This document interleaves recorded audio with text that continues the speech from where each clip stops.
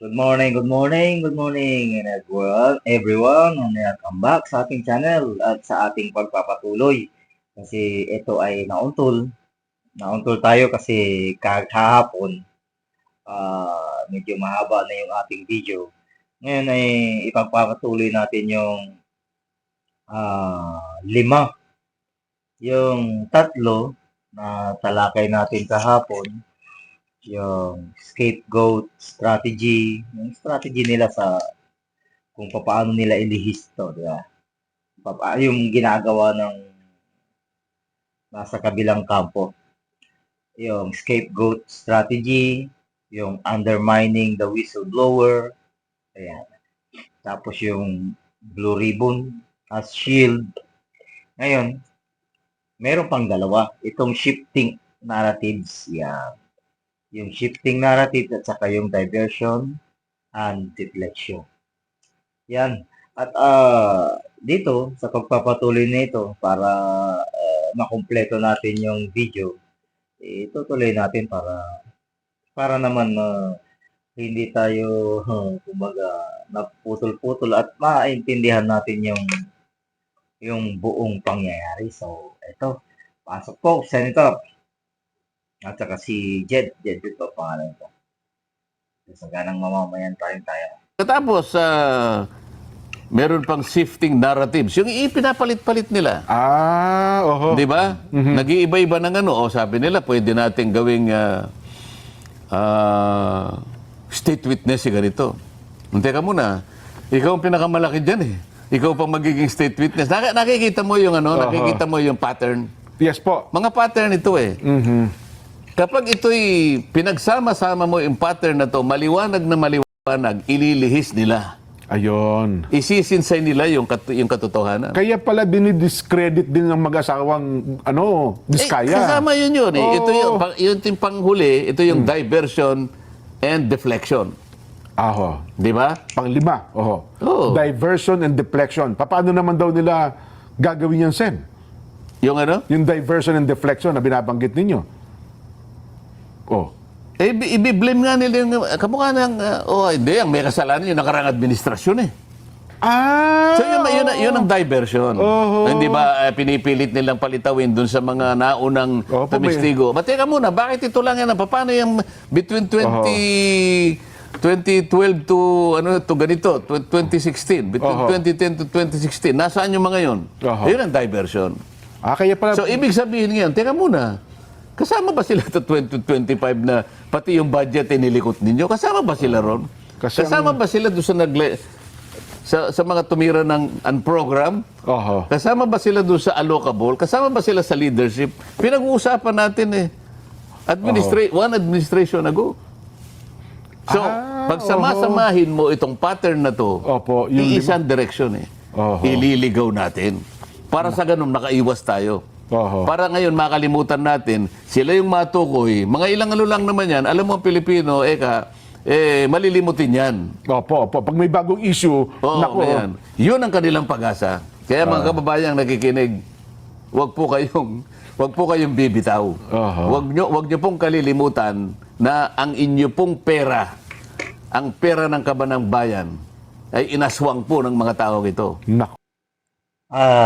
Hindi po tayo dito. Kaya po, Senator Marcoleta, nakafocus ako dito sa kona ito. Kaya kahit na anong mga iba-ibang mga balita na lumalabas dyan, kahit na makaisang video lang ako sa isang araw, basta related sa flood control at corruption ng 2025 budget, yun ang talagang nilalabas ko. Kaya sa aking mga viewers at mga followers at mga subscribers, kung flood control issue at 2025 budget, mga ganun ang lilinawin ko po, focus tayo doon. Ano man yung mga ibang mga issue, siguro pag wala akong content about sa flood control, is titingin din tayo sa mga issue. Alam din naman natin yung mga nangyayari. Hindi lang dito sa flood control. Kaya lang, ayaw kong bitawan ito dahil tayo lahat biktima dito. Tapos nagpapakasasa, tatawa-tawa, kakain-kain sa masasarap na pagkain, sasakay sa mga magagarang sasakyan, eroplano, etc., etc. At malaya yung taong gumawa ng katarantaduhang ito. Kaya sa aking mga followers, sa mga subscribers, viewers, sa mga ako'y nagpapasalamat sa inyong mga suporta at huwag natin tong iiwanan tong flood control mess na ito. Sige po, tuloy po. Wag po kayo makakalimot. Oho. Ayan.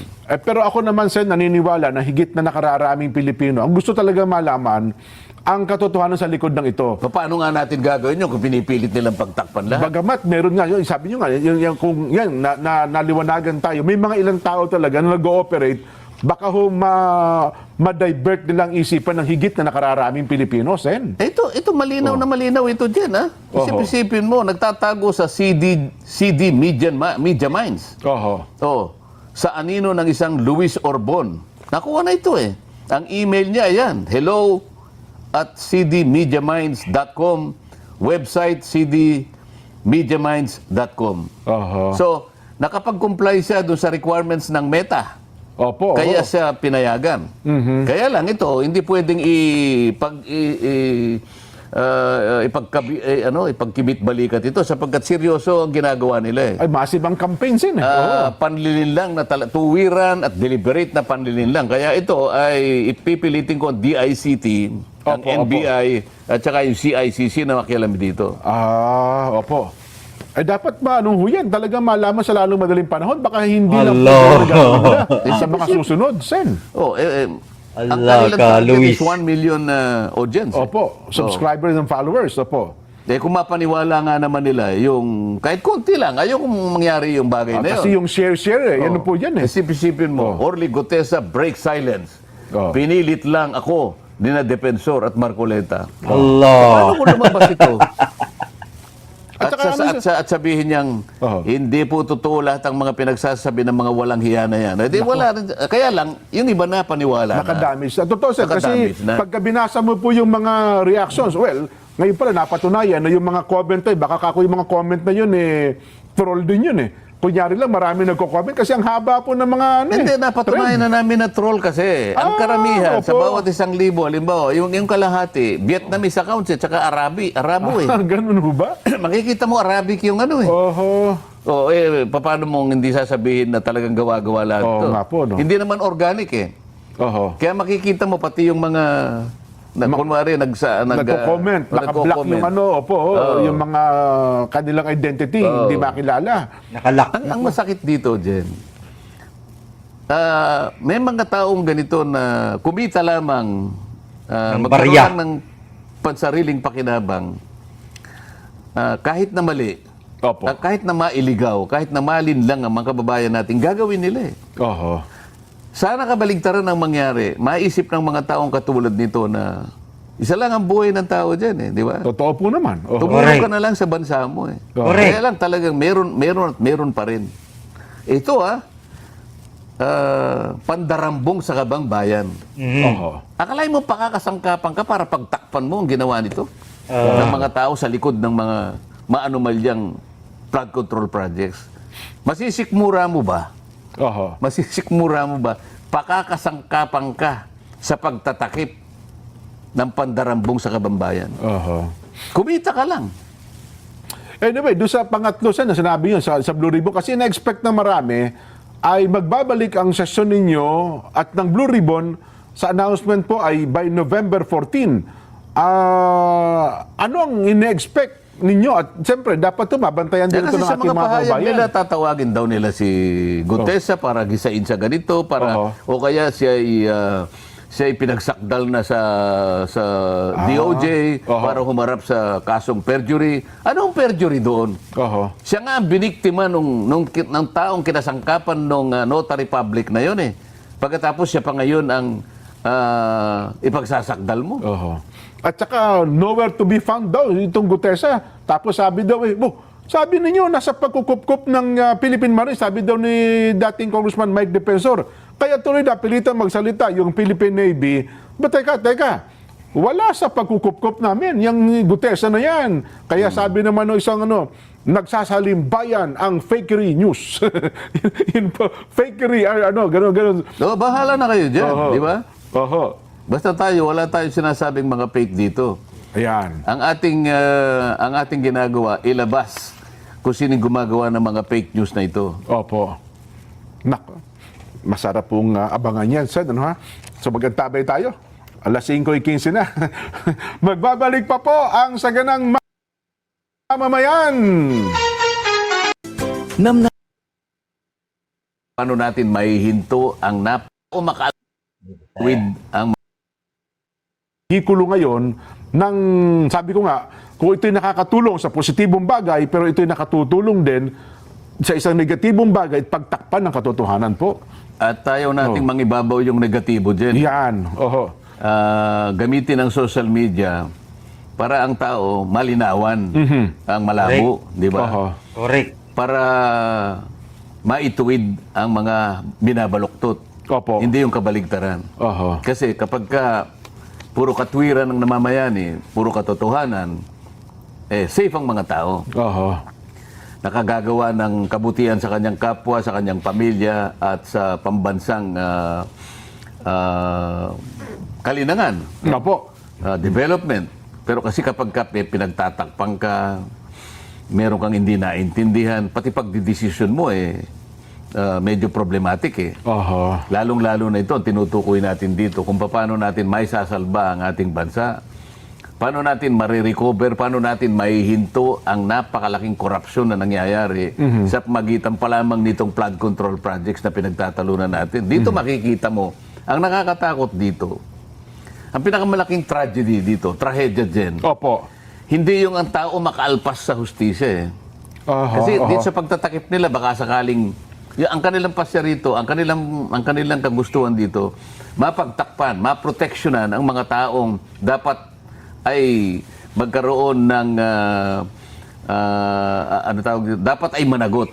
Oho. Ang ang objective natin, makita natin, matukoy natin ang mga taong dapat na managot sa mga nangyaring ito Sila Tama. naman kabaligtaran ng kanilang pakay. Oho. Maisalba sila, Oho. mapagtakpan sa pagitan ng pagliligaw sa ating mga kababayan kung sino talaga ang may kasalanan. So nailigaw sila. Hindi yun ang pinakamalaking trahedya Ang pinakamalaking trahedya dito ay mangingibabaw yung kamalian Mangingibabaw yung kawalang hiyaan Nako, totoo. So sa pagka yun ay nangibabaw, yung katwiran na ngayon napailalim, mas malaking problema ng isang bansa At yun ba, papayagan natin? Di ba? Oo. Magkakaroon ng distrust ang mga tao sa kanyang pamahalaan. Wala nang maniniwala Hindi mo napanagot Nakaligtas yung dapat managot, pero more than that, Opo. hindi nakaligtas ang bayan doon sa hustisya na kanyang hinahanap. Hindi niya ngayon nakamit yung hustisya na dapat nakamit ng mamamayan Oho. doon sa pag-alipusta ng kanyang kabangbayan. Saan bigyan na natin ng mas dagdag na emphasis? Bagang nabanggit nyo na kanina, gaano ba ang importansya nitong si Gutesa? Bakit mukhang ito ang pinaproject ngayon, at mukhang talagang seryoso silang i-discredit si Gutesa. Hanggat maaari lang, siguro sa susunod na pagdinig, huwag na itong lumutang Kasi hindi na rin matagpuan ngayon at hindi na malaman kung saan nila hahanapin. Diyan mo makikita ang kahalagahan Opo. ng testimony ni Gutesa. Ayun, oho. Kung naalala mo, nung nag-deliver ako ng privilege speech sa plenary, sabi ko, si Orly Gutesa, ang pinaka-credible na witness sa Tama. pagdinig na ito. Ang totoo niyan, sabi ko, sa aking palagay, si Gutesa mas credible kaysa sa marami dito sa ating Sa Senado. kapulungan. Opo. Sinabi ko yun. Opo, napanood ko po yun. At sa aking palagay, si Gutesa ay mas matapang kaysa sa karamihan natin dito sa kapulungan ito. Oho. Kaya ganun na lang ang ginagawa nila. Kung makikita mo, lahat ay nagsisikap. Itong Opo. mga taong ito, Oho, nagsama-sama sila para sa ganun, i-discredit nila. Oho. Dahil dito sila natakot Sabi ko nga sa'yo, napaka-credible ng kanyang Testimonya. testimony. Opo. Imbes na ipatawag yung mga taong binanggit niya, halimbawa, binanggit niya si Congressman Eric Yap Opo. Nakita niya siya nagdala ng pera ron Opo, oho. Tinawag ba si Eric Yap? Hindi tinawag eh. Hindi ba pinakamaganda ron tatawagin mo para kung gusto mong baliwalain, i-discredit si Gutesa, paharapin mo si Eric Yap, siya mismo magsasabing hindi po totoo yan. Tama. Harap mo. Hirap mo. Tinawag niya rin yung, sabi niya, yung nagbibilang at tumatanggap ng pera sa bahay ni Saldico, dyan sa Valle Verde, ay isang taong nangangalang John Paul Estrada. Opo, oho. Tama ba, Estrada? Tama po, opo, oho. At saka Mark Texay. Oho. Arctic Saya. Bakit hindi mo ipatawag yun? Isip-isipin mo, napunta tayo doon sa pirma ng abogadang nagnotaryo. Oho. Samantalang yung malalaking tao na mag-uugnay kung Oho. totoo o hindi, doon nga natin mababalasa kung totoo nga sinasabi ni Gutesa, ipatawag mo. Oho. Ayaw nila ngayon. Takot na takot sila ngayon. Na ipatawag silang lahat. Bakit? Credible yung tao eh. Yun pala. Yan ang sagot mo sa tanong mo. Opo. Credible, kaya pinipilit nila. Ngayon. Pinipilit nilang gibain talagang si Gutesa, ito no? yung pinakahuli ngayon. Opo. Kahapon lang yata ito. Pinilit lang ako ni Defensor at ni Marcoleta. Isipin mo. Para gibain. ang tindi, Kasi no? talagang matindi yung kanyang Oho. Matindi ang kanyang pahayag at very credible. Oho. He has nothing to gain, he has everything to lose. Opo.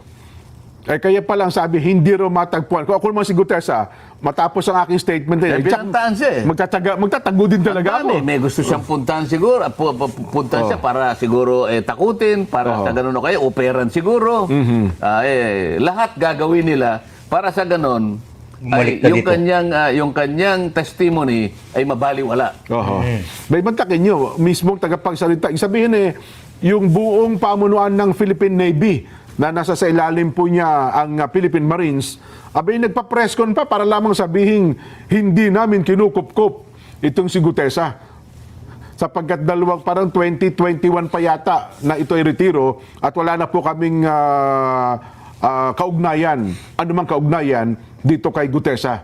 Yun po. Harinawa. Diba? Harinawa. Ganun ang lumabas na katotohanan. Pero, ang alam ko, base na rin sa pagsasalita ni Mike Defensor, mga katropa niya Yan, opo. sa Marines. Hindi naman niya sinabing mismong opisyalis ng kasalukuyang Ang pamunuan ng Philippine pamunuan Marines. ng Philippine Marines. Opo. Yan ang Talaga hindi naman nila po, maintindihan. ganun nga po ang mangyayari dyan.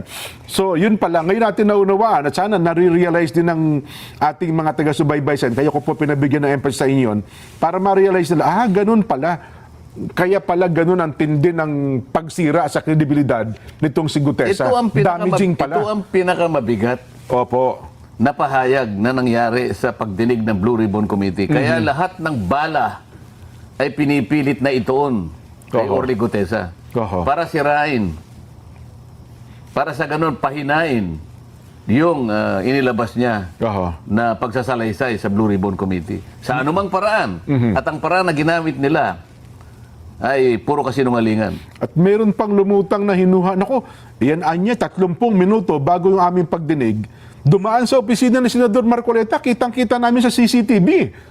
May ganun- Parang napakalaki yan yung mali, parang ang dating, nako, tinuruan yan, kaya parang ganun po ang gustong ipinta sa isip ng tao, sen ganun nga ang kanilang patakaran eh. Oho. Para bang kasalanan ba, krimen ba, na yung tao ay pumunta sa opisina ng senador. May usapan nga kami. Di ba? Nauna Opo. ko nang sinabi yun at pinahayag na. Sabi ko, sige, hindi kita kilala. Ngunit kung talagang tama yung sinasabi mo dito sa salaysay mong ito, una, panotaryo mo. Sana, para ganap kong mapaniwala na talagang yun ay pansarili ko lang naman dyan. Ano? Opo. Kesa naman sa parang wala man lang notaryo. Alam mo naman sa natin. Abogado, sa practice niya po yan. Notaryado yan. At Opo. least, yung draft mo ay na-convert into a public document. Ano? Opo, may kumpiyansa. Ika nga. Ngayon, kung halimbawa mapatunayan nila na hindi nga siya nakapirma, anong magiging problema doon? Kung halimbawa, hindi siya, pero meron kang pinapirma, Oho. ang problema ninyong dalawa, yung pumirma at saka yung nagpapirma. Tama. Hindi ba? Pero yung kanyang testimony, hindi nawawala ng bisa yun. Oho. Sapagkat humarap ka eh. Opo. Nanumpa ka din sa kanila eh. Yun ang usapan dyan.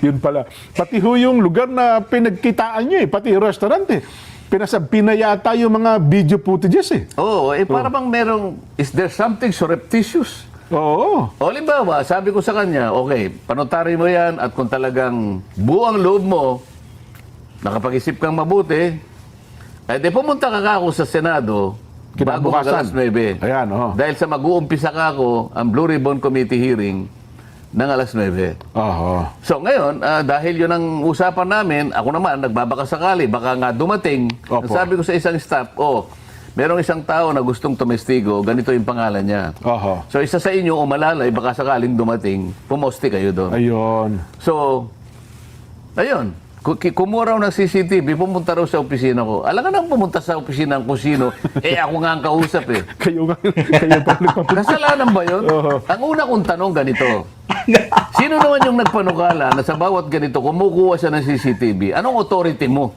Kung senador ka, anong authority mo na magpakuha ka ng CCTV para mag-espiya ka doon sa kapwa mo, senador? Oo. Si Lacson yan, Sa Lacson. namin ito? Anong masama ba kung sakasakaling may pumunta nga sa opisina ko? Lahat ba pakikialaman mo kung senador ka? Lahat ba pakikialaman mo kung sino-sino ang pumupunta sa opisina ng bawat senador? Lahat. May authority ka ba na gawin yun? Nako. Makakarating tayo sa usapin na yan eh. Sino ka? Sino ka? Gaano ang Tama. otoridad mo para pakialaman mo ang bawat tao na pupunta sa opisina ng bawat isa sa atin? Ng kapwa yung Correct. senador. Ano? Di ba? Ano, saglit lang, Sen, ha? Oo. Higip muna kayo ng kapet. Meron lang tayong mahalagang paalaala. May paalaala po kasi ang Department of Yan. Mamaya na yung paalala. Kasi ituloy-tuloy na natin to. Medyo mahaba na talaga yung oras, pero tuloy-tuloy na natin.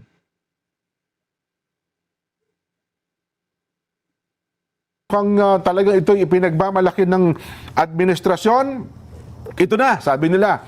Ito na ang hinihintay nyo. May masampahan ng kaso.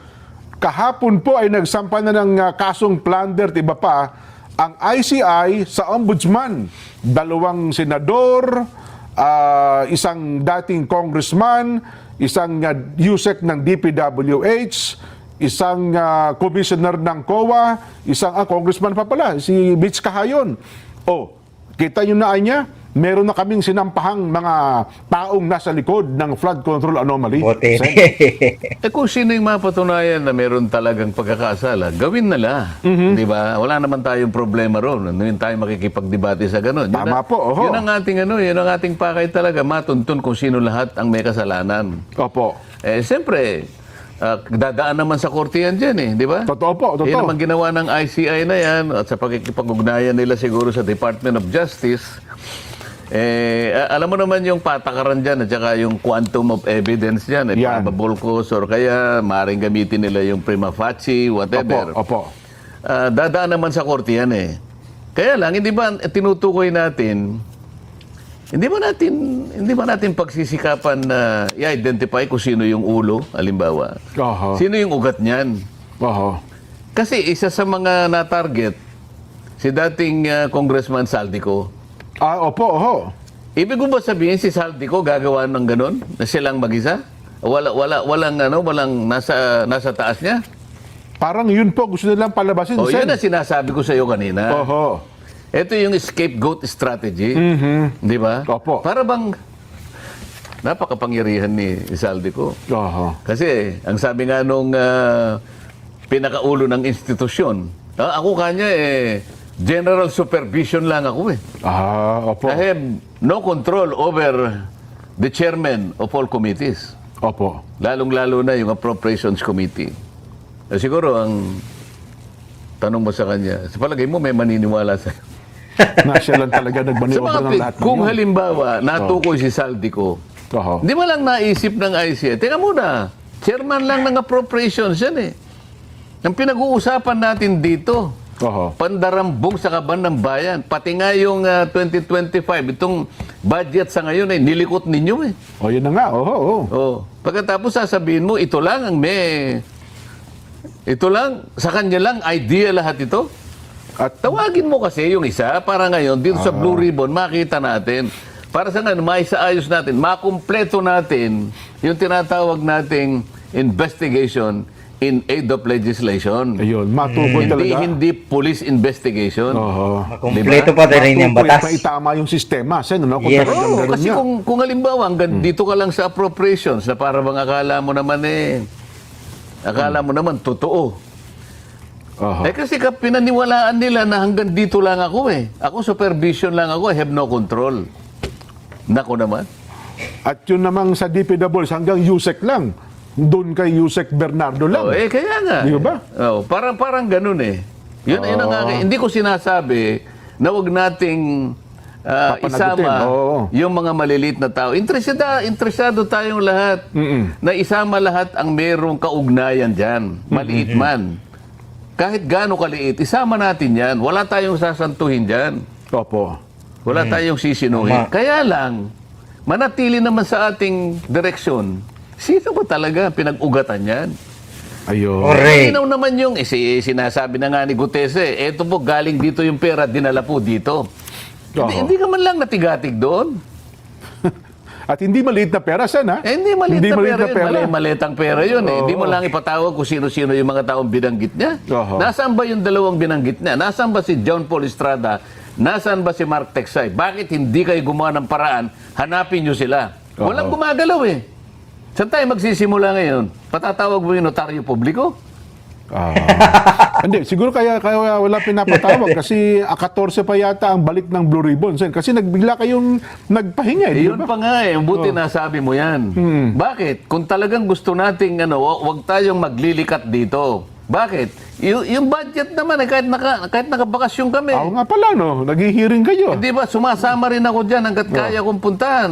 Sumasama ako sa pagdinig ng budget natin. Ibig ba sabihin, yung sa budget nakapagdinig kami, yung Blue Ribbon, ibig sabihin, magpapakabakasyon kami hanggang gusto namin. Oho. Makakapamili ba kami ng halos isang buwan, walang nangyari, samantalang yung budget hearing?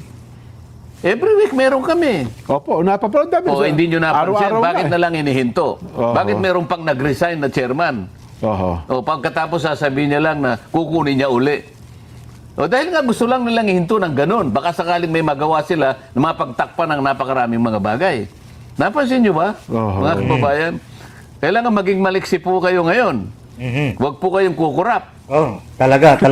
Bawal ang kumurap ba ngayon? Bawal ang kumurap sa panahon ngayon. ngayon. Sabihin sa mata. Kasi Ayun. pag kurap po ninyo, baka Ayun. iba po yung makita nyo. Blink pala yung tinutuyo. Kala ko yung kurap na. Huwag po kayong kukurap. Isa sa Ayan. mata po. Ibig Oo. lang sabihin ay talagang maging mapagbantay kayo. Alerto tayo. Maging vigilant kayo. Vigilant tayo. Yes. Ayun. Mukhang ano, Sen, well, sa pagpasok po ni Ombudsman Boying Rimulya, ang nangyari ngayon, halos araw-araw po, may press ko na ang Ombudsman. Sabi nga nung ilang mga tumitingin, isang ombudsman na sikreto dati, tahimik, at ngayon po naman ay daily press con ang ating bagong ombudsman. Pero hindi mo ba i-discuss paano kang nakakuha ng clearance ka mo? Hindi, usapin kasi dyan eh. Hindi ka pwedeng maisama do sa shortlisting Opo. kapag wala kang clearance galing sa ombudsman, di ba? Ay, SOP po yun, di ba? Requirements po Oo yun, Sen. nga. Oo. Kaya lang, bakit ka nakakuha ng clearance? Hindi mo ba sisya sa atin yun? Paano si... Kasi Oho. si Mayor Baste, the acting mayor of Davao City, Opo. nag-file siya ng kaso laban sa maraming opisyalis ng ating pamahalaan kasama na noon ay Secretary of Justice Boying Rimulya. Rimulya. Tama po, oo. Hindi lang naman siya, kundi yung marami pa. Opo. Ito ay patungkol dun sa pagkakahuli, pagkaka-detain sumandali, at pagkaka-transport ni dating Pangulong Duterte sa The Hague. Oho. Anong petsa nung kanyang complaint na ipinail Opo. sa ombudsman na nadakit mismo? Oho. Anong petsa? Hindi ko na matandaan yung date, Sen. September 15. Ah, Ayan. okay. Oo. Okay. Bago pa maitalaga. Bago pa may talaga Opo, eh. oo. Kasi ang nakatalaga is an OIC ombudsman. Ang Opo. pangalan, Dante Vargas. Opo. O, di ba? Yes po. Oh. Naitanong ko kay ano yan eh, nung budget hearing ng DPWH kasi may kasangkot na pangyayari dyan. Okay. Opo. Oh. Kasi gumawa ng office order si dating ombudsman, acting ombudsman Dante Vargas. Di ba? ang petsa ng kanyang office order, September 17, 2025. Okay, oo. So, sabi niya, lahat ng mga na-file na kaso sa nakarang 10 araw bago itong effectivity ng aking September 17 na office order Opo. ay aalisan ng docket number. Ba, oho. Ibig sabihin, yung memorandum order ng dating ombudsman, Martires, Samuel Martires, opo.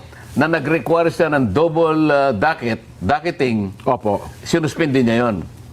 Sa mga opo. kapatid, yung 10 araw bago 17, magmula September 7 up to September 16. Opo. Nasama yun. Nasama ngayon yung September 15. Nakuha mo ibig ko sabihin? Opo, So, anong epekto kapag ka nawala yung docket number? Eh di parang baliwala na rin po yung ano. Hindi, tanungin mo ko. Ay, ano nga po epekto nun?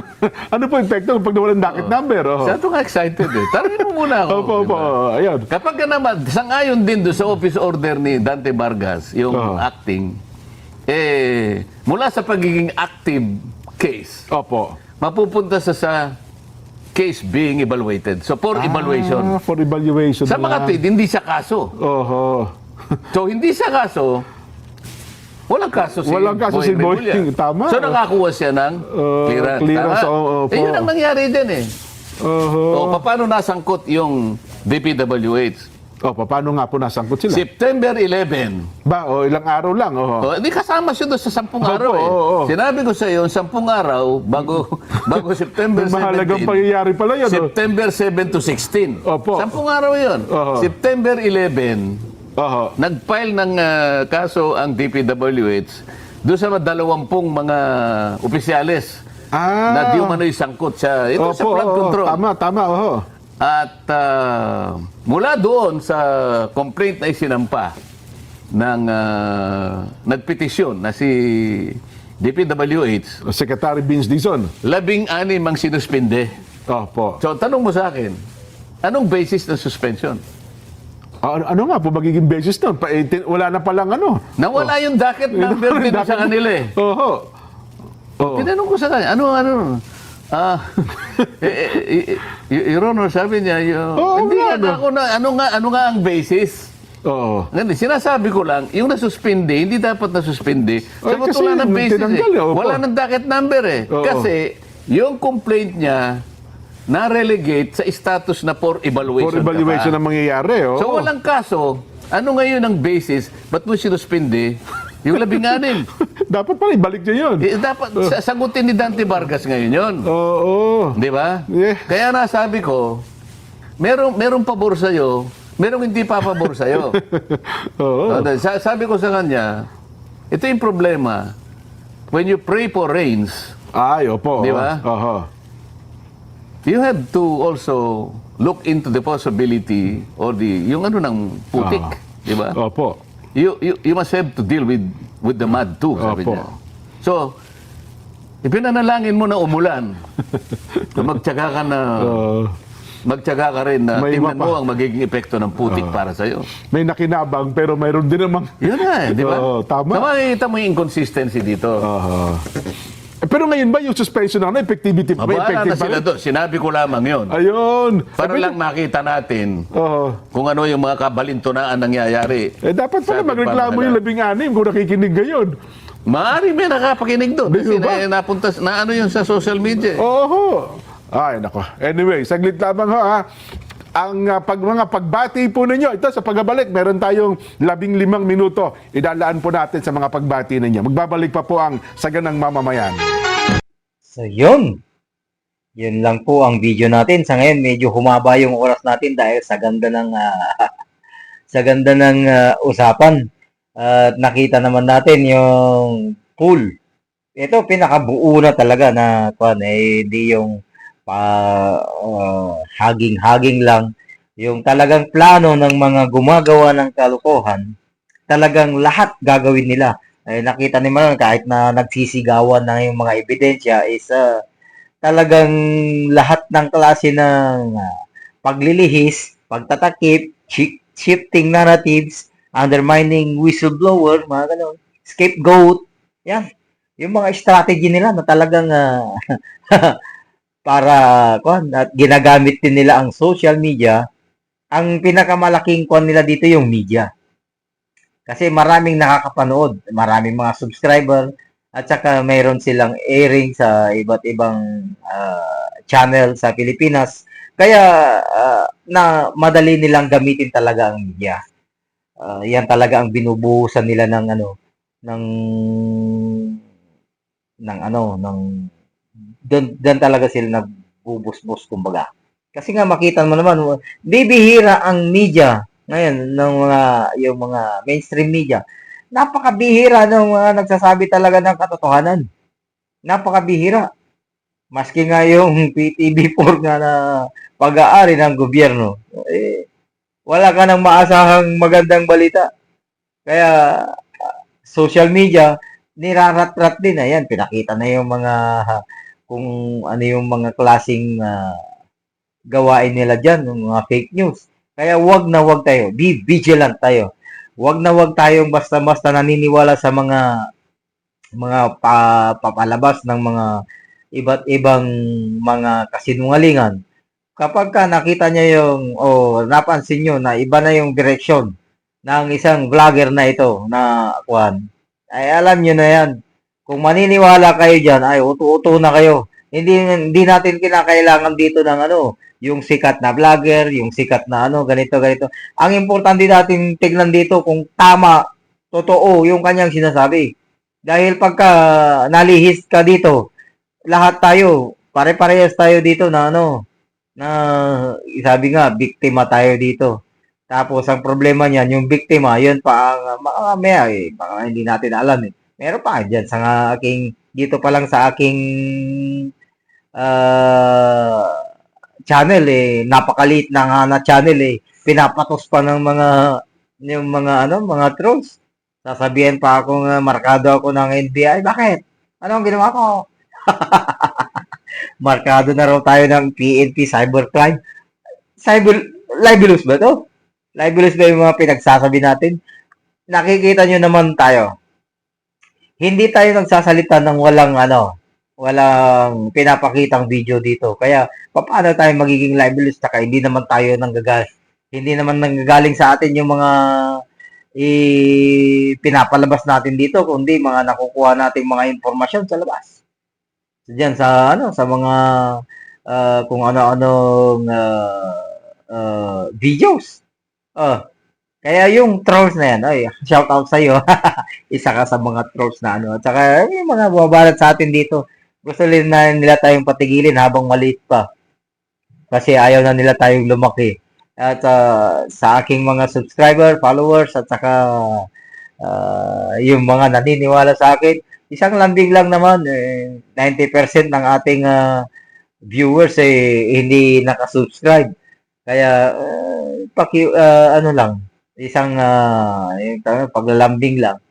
Pa-subscribe na rin para lagi kayong updated sa ating mga video. So, maraming salamat po. At medyo napahaba ng marami yung ating usapan. So, ikakat-cut na lang natin to inshallah. So, nandito lang at maraming salamat po sa inyong panonood. Syukran. Assalamualaikum warahmatullahi wabarakatuh.